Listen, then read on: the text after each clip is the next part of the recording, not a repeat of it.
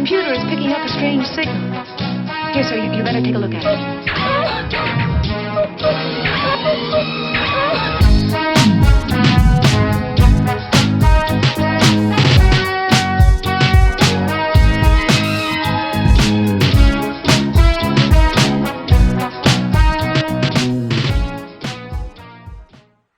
Hello listeners, and welcome to another episode of Life Through a Prism with your host Rob Tierney. And today we're going to have a discussion. I've got Merrin here today who's going to join me in a moment.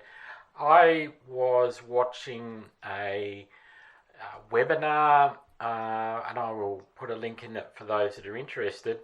It was in Australia regarding disability, and the topic of the conversation was, when is it okay not to be nice?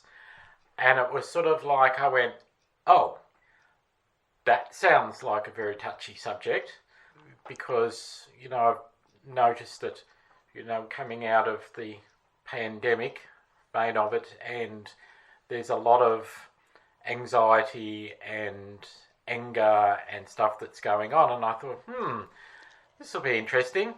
So I made some notes on the webinar, and I thought I'd have a discussion with Merrin on some of the thoughts that I had with it. So welcome, Merrin. Oh, it's lovely to be with you again, Yeah, Bob. it's nice to have you back on the podcast. I'm going to give you a couple of words, Merrin, and just ask you your thoughts about it. The first word is nice. Nice. Oh, that word that gets used so often. But is it correct in the sense that it's been spoken, or what, do I wonder? Knowing that it is also, and this I can always remember with this, we had a spoken English class in my high school, and her words for when somebody says something is nice. He said, you mean damning with faint praise, because there are a lot of better words you could say instead of nice, like pleasant, delicious, to name a few. That's stuck with me all my life. I never thought I'd retain it for all of these years, but I have. So for those that might not have heard the phrase before, what does damning with faint praise mean to you? To me, it means you haven't really thought about what you're going to say, and you would just say it's just a throwaway line, or a throwaway word for that matter. And when we're talking about something that is nice, like we had a little bit of cheesecake, a chockberry cheesecake, which was very nice, listeners. We said that was nice. We enjoyed it. But nice usually is something we talk about an object, isn't it?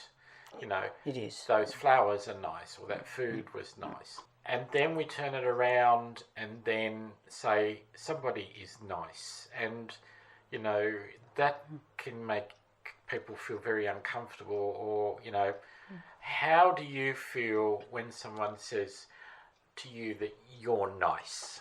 Something you're doing is nice. Oh. I suppose initially you probably thought, oh, well, at least I might have thought about it, but nice is one of those words that it's been spoken in too many places. You haven't really thought, in other words, you haven't really thought about what you really are going to say, whether it's something is nice as just something, well, it's easy to say that. It's easier to do that than think of the appropriate words for whatever it is that's happening at the time, yeah.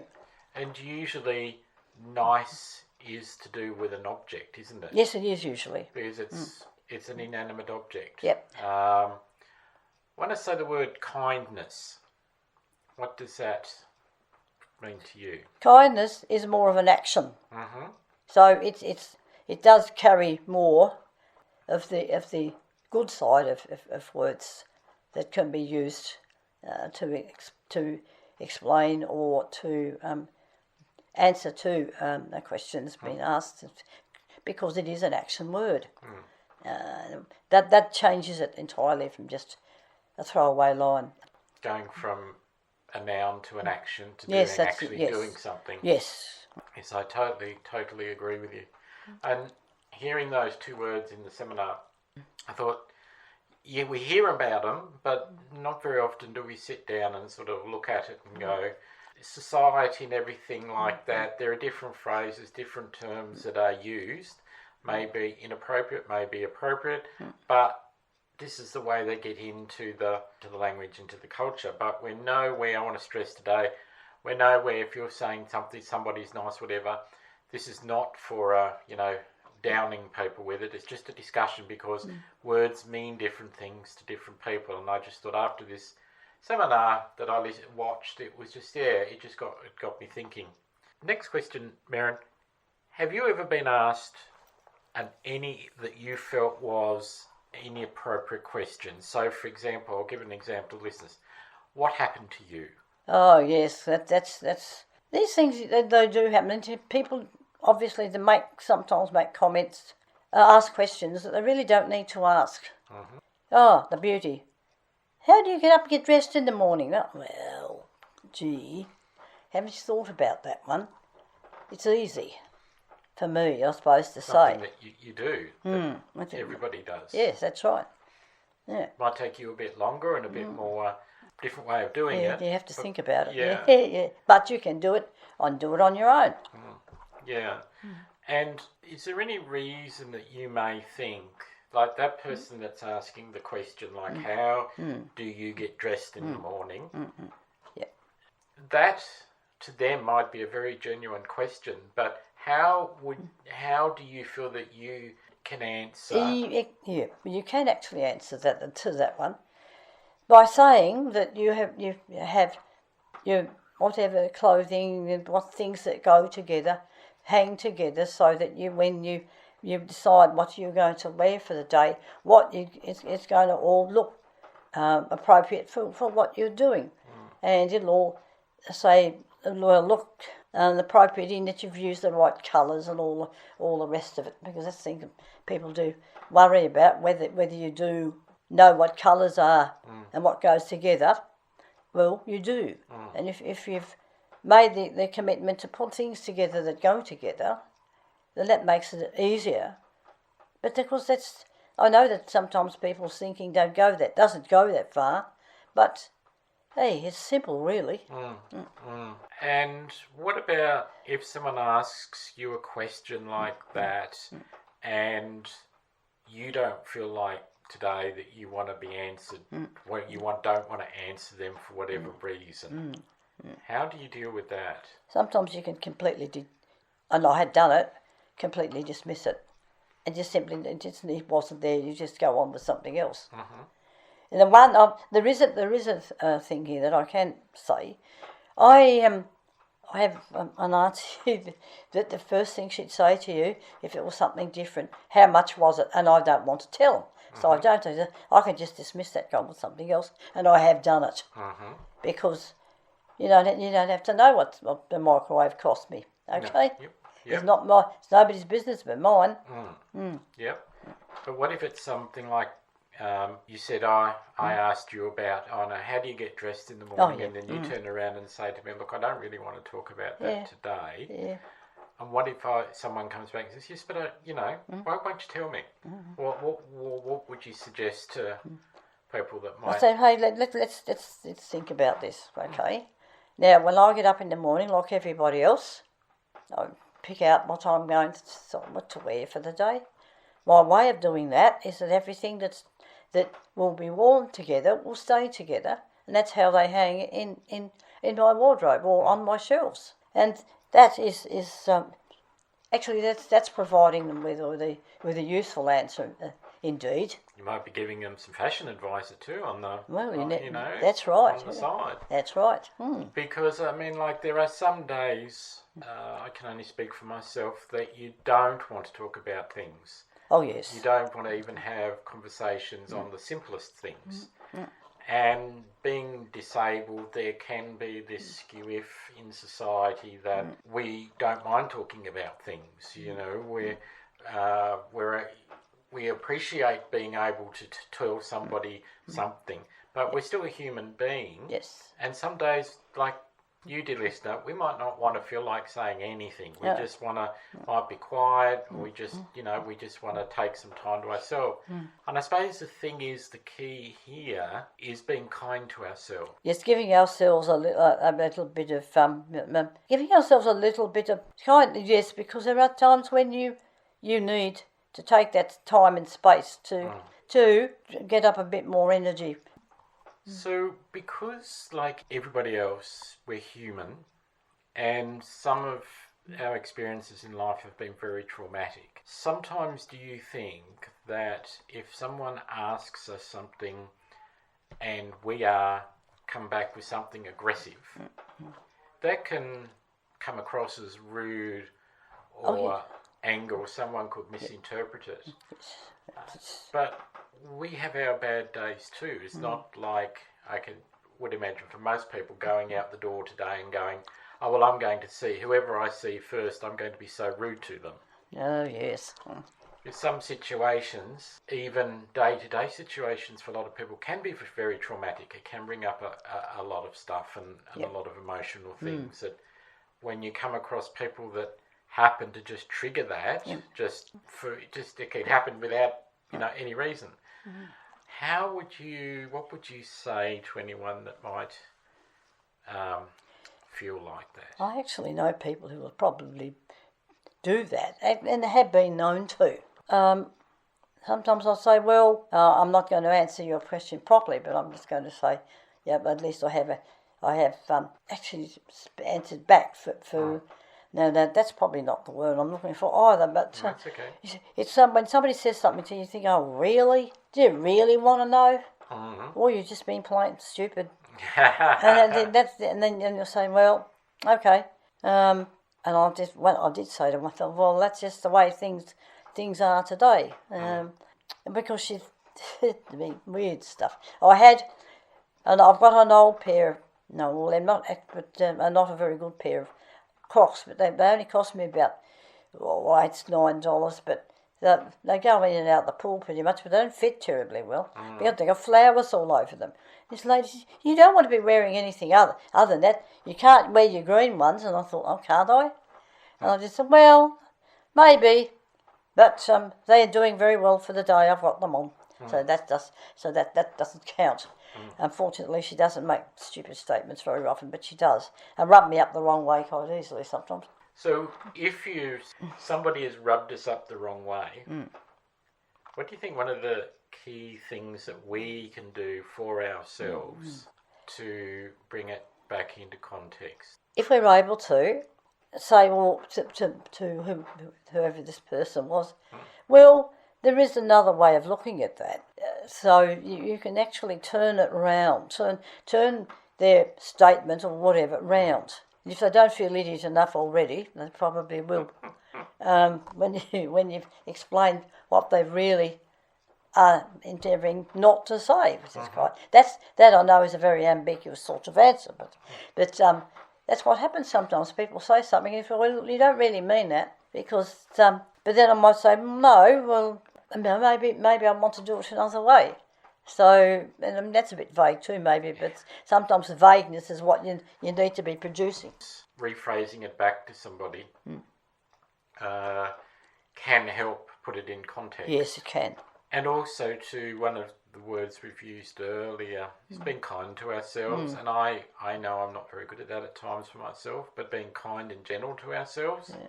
Because it's something that is very contradictory in our world. Yes. That if we're being kind to ourselves, well, we must be up ourselves or something, or we must love ourselves. But the whole thing is that we live with ourselves all the time. Yes, we do. And I don't know about you, but I think we all need to, especially in this day and age, be more kind to ourselves and be more gentle. That's easier said than done, listeners, I know. I do too. Because I know what I'm like. Same here. But I mean, I think the thing is having these conversations, and it really got me thinking, as I say, about this webinar, about how, me personally, you're out and about in public, and the perception of the public of you, And if you don't meet that expectation, for example, what I've spoken about before is simple going to a cash register Oh, yes. with somebody. The person at the cash register won't talk to me, they'll talk to the person with me. Yep. And so it's sort of like, it's not me that's got the issue here. There's some communication training or something that hasn't gone on, but it's so easy for us to put it back on ourselves and Yes. if I wasn't in this situation, then I wouldn't be spoken to like that. Yeah. I think sometimes it's because they don't know how to do. They haven't had to deal with this situation before. So, and I think it's probably perceived as we're not helping them to manage it. But just sometimes, you just have to. Yeah. Like these days, there are a lot more of the EFTPOS machines, which don't have a keyboard. It's just simply as a touch screen, and that means that I, for instance, I can't use them on my own. I would have to disclose my PIN number. I don't want to do that. So the only other way around is that sometimes you will have to do more than one transaction to manage what you were paying for at the time, because you don't want this whole queue to know. No. And because there's always going to be one or two in there who won't forget it. And I know that sometimes people have become really, really, really bit upset about that. Why? Well, they won't, because, hey, nobody should ever have to disclose a PIN number. No, and it's also the fact that the way technology is going, it's leaving people with disabilities, elderly people, Yes. etc. Listeners, if you can hear a little woof, that was Jacob joining us. He's joined come us. to share his opinion.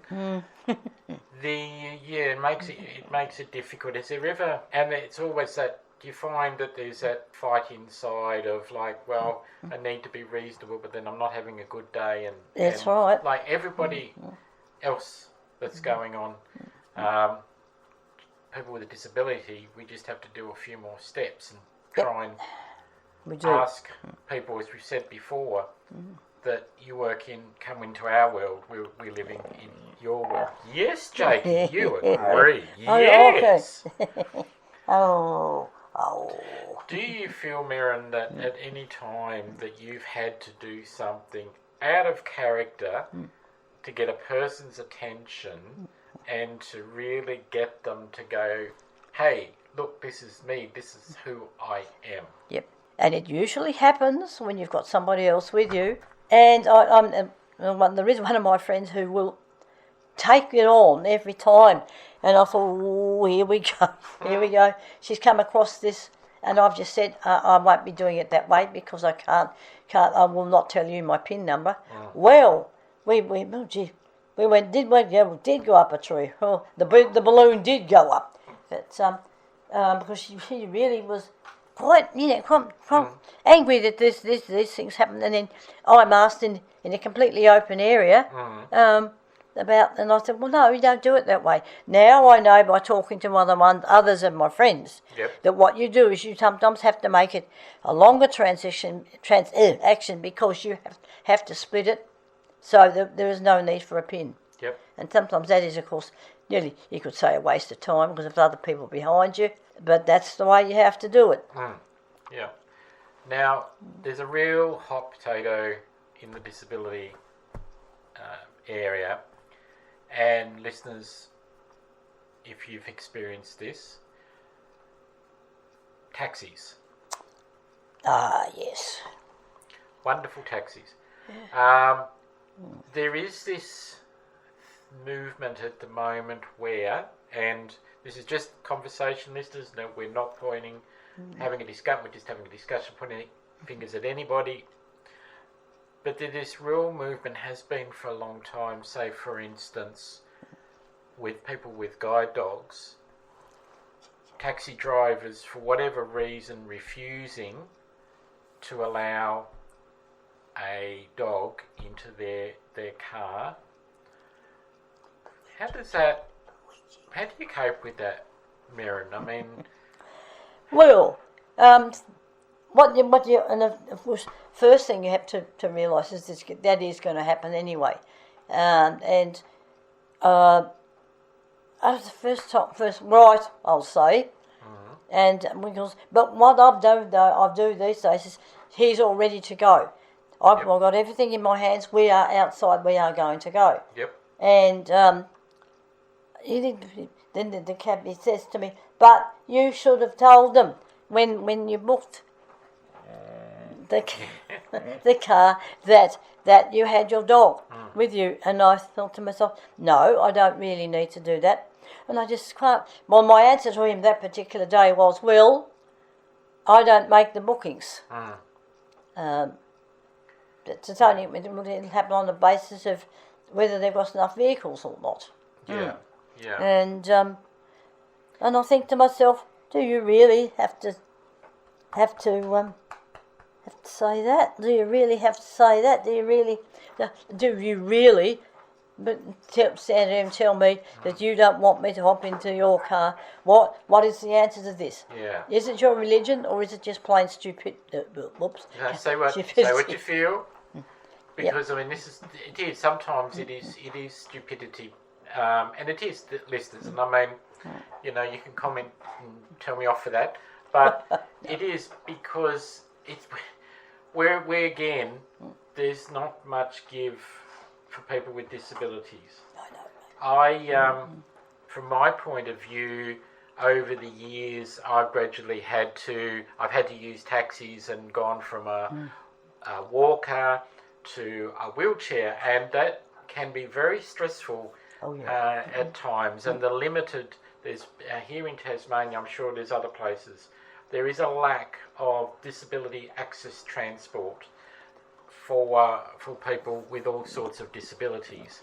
And it seems, the perception is it comes back onto the person with a disability. It's not our fault. It's not our fault that if someone comes to pick us up, they don't want to give us that service.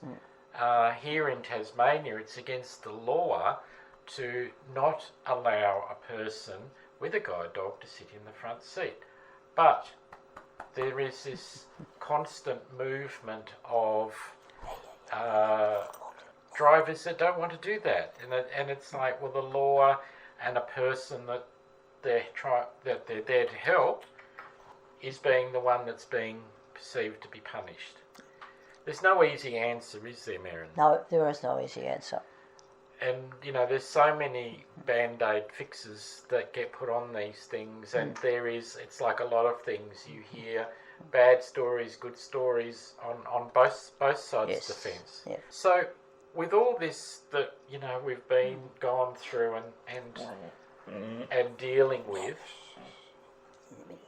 and Jacob's giving, you know, he's chiming in and saying, yep, he's been there. To finish off, what would you say to somebody that just struggles with this sort of thing? It's a continuous, emotionally tiring episode every day just to do what everybody else does. Seemingly does, with no effort at all. Yes, seemingly does with no effort. Yep. What I say is, you just have to be aware that sometimes it's even pure ignorance, you know, and that to make sure that people know that there is a reason why you have your dog with you. Yep. And where you are is Australia, where these things, it's a completely different set of circumstances. I know that there are peoples who believe, right or wrongly, that dogs are dirty and they're dangerous. But that's because, of course, where they come from, they probably are. All of these things above. And you just simply they're not domesticated in that way, so you don't have your dog as a pet or anything. But just the same, you're in another community now, it's a different culture. And if you want to live here in peace, then you need to be adhering to kindness. Yes, that's it. Yeah. Where the situation you find yourself in, you're doing the driving, that you're going to take your passengers from point A to point B. That being so, okay, you do it. If it comes with a dog, that is part of the deal, because that dog is part of the person who's doing what It's they part need of to your do. life. Yes. It's part of your support system. Yes. So, listeners, dear listeners, I would just really, we've tackled a couple of, a little just briefly some heavy topics today, but I'd really I think what I got from the end of there was a counsellor that spoke at the end, and we really, it's okay to have personal boundaries. We can show each other kindness and compassion. In a minute. And we really want to be able to work if we don't have a dream of a better future where this sort of thing doesn't happen, doesn't occur, then I think if we lose that, then what is the purpose of trying to make this world a better place? So on that note, dear listeners, thank you, Merrin. Thank you, Jacob, who's been here and he's wanting a rub and a scratch. Yeah. So, dear listeners, until next time, take care and bye for now.